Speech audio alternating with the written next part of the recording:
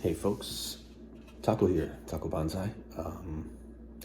Just got my replacement phone. My phone was stolen, so apologize to everybody who's not heard from me for more than 10 days. But we're back, and one of my projects is a repotting. If you remember, there were three.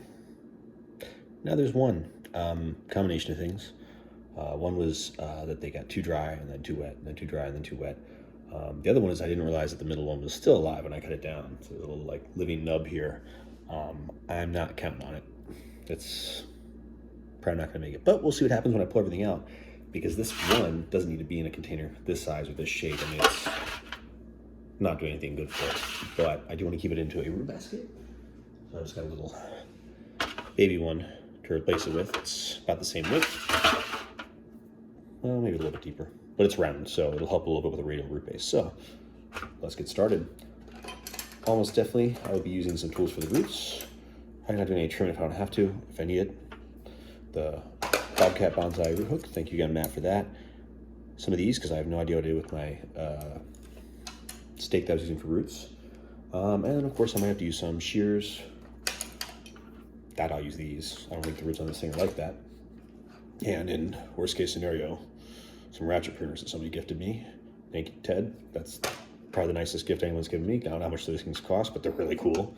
I've got the big version of those for like actual, ratcheting, pruning loppers is what I call them. But these, awesome. I can say good things about them. They may not be the nicest ratcheting pruners. I'm pretty sure that Ironwood has like top-notch ones.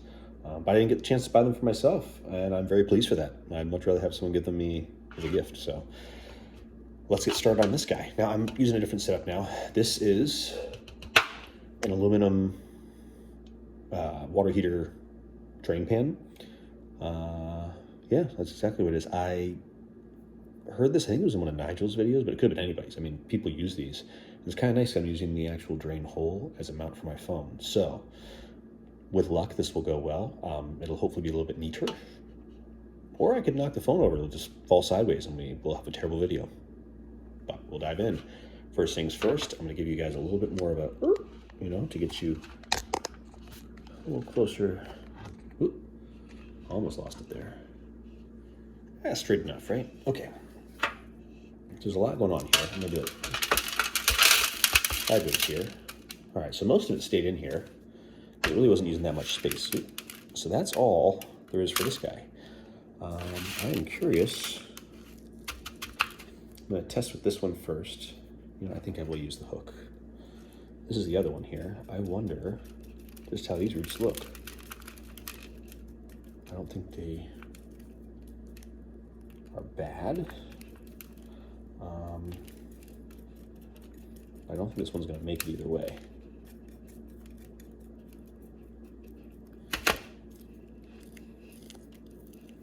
You can kind of see there's just the one segment left, and I think this one's just a goner. So this is going to go in off-site storage, as I like to call it, the trash. And this one, let's see if I can just give it a little bounce. Not quite. Be a little more gentle with that one. I think that using this is probably a little better. In fact, I can get the bulk of it off and then tackle with the brush side to really make sure I'm being safe. I've had an exciting last couple weeks that I couldn't tell anybody about, but thankfully they're over. So this does not have a very radial root pattern right now. It's very much not what I would want. I'm going to use the brush side. May not seem very smart to use the brush side, but it actually does a pretty good job, and I don't have to worry about ripping anything. There's nothing wrong with being extra gentle. You can kind of see what I'm working with here. A little bit of dirt there. Just don't want to distract anybody. I get distracted by little bits of dirt. So I'm just using the brush and kind of knocking dirt off of it. I'm not trying to rip anything. I'm not trying to tear anything. I want to see what I'm working with before I start doing any kind of serious stuff. Now it does help me a little bit to, work in the radial pattern. But I can kind of go against the grain since I'm not using anything that's, and this is super soft. So I'm kind of do what I need to do. And all I'm doing is knocking the booster off. don't believe I'll need to do any trimming. I mean, this is a nice long root mass here, and it wasn't all included this tree. So it's a good thing I just kind of messed a little bit. Again, I'm not sure that this is all to our tree either. Here, I've got this whole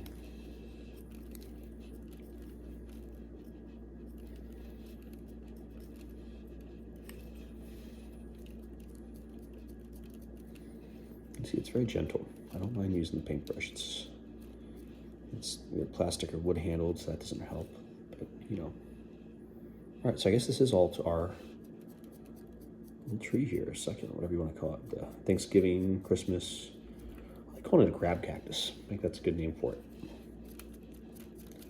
Hope you guys can hear me okay. I'm trying to speak clearly and loudly. Oh, a whole big chunk came off there. I don't know if it was attached or not, but certainly isn't anymore. Flip this guy over. Do a little work on the bottom.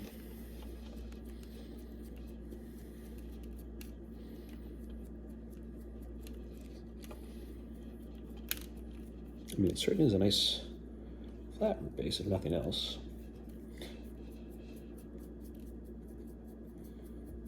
I'm glad I haven't started doing any kind of craziness to it, because I do not want to damage any of these roots. It's a good strong plant for now, but I know that can always change. So one thing that has me a little bit concerned is there's a mass right here. I can't really get through it, but you know, it's one of the, oh, there we go.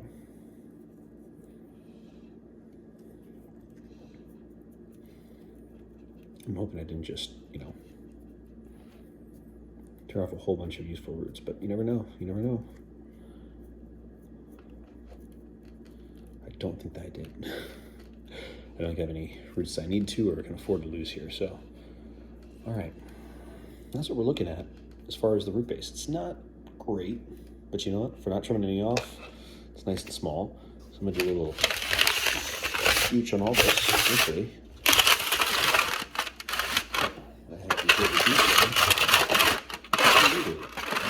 I've got some fresh bonsai soil I'm going to use for this, so I'm going to just a little sweep out. It is nice and long in some places. I might need to trim those. Yeah, some of this is just not coming apart, but almost ends up on its own. Not upset about that. So to get this in here, yeah, I'm going to have to do a teeny tiny cut on these two long bits here. That's what I'll do. Yes, I know I should have dedicated scissors for roots, but I just keep those clean and sharp. So now trash, and this is a little bit less. Wow. Now this has actually got pretty decent bifurcation to it, even if it's not exactly what I intended. It's doing all right. Get my scoop in the wrong way here. There's my scoop here. To put a little bit at the bottom. Actually, not too much. I want to fill it a little less than halfway. Because the goal here is to get this, you know, nice and flat. So that's about how far in we're going there. I don't know if you can see very well. Not very far. Then I'm going to put some on top here.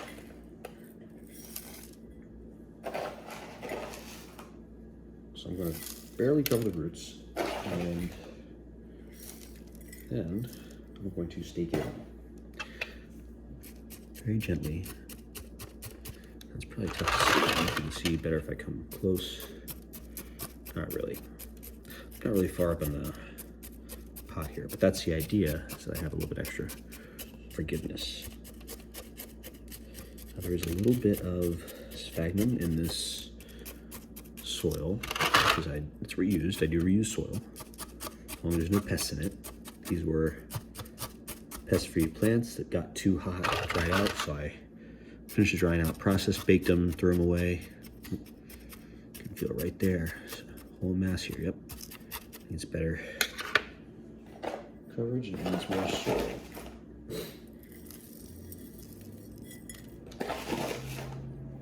In this particular root growing pot, I want to get just below this top layer of those holes. Those are all perforated. Some of these are not perforated, but this one you can of course see daylight through. It's very perforated. It's a really nice root growing pot, and it's aesthetic. It's not ugly per se. I have a big old hole in the bottom, which should help me, not hurt. Now, I'm going to take some of this old soil and use this a little bit of top dressing, but of course, that's under the knowledge that there's no pests in here too. I've never had pests, but this is a nice sandy soil. What it'll do is it'll kind of work its way in and probably help me more than hurt. I'm going to spread that over the top. Press it down. So I'm still a little high on my plant, but that's okay. I'm not trying to make it a showstopper this year. I've still got a very, very young trunk. This is about a year old with me. Don't know how old it was before then. It's probably grown from a cutting. These grow very easily from cuttings, from what I understand. So that one with roots might be fine, but I'm not going to mess with it. So there we are. Ooh, let's see if I can touch you back up. Yeah, here we are. So there's no front, there's no back, but I've of course been working on bifurcating. So it comes up, changes to 2. This one goes out and up. This one goes up, splits, splits again up here, and splits right here. So that is new growth right there. Might be tough to see.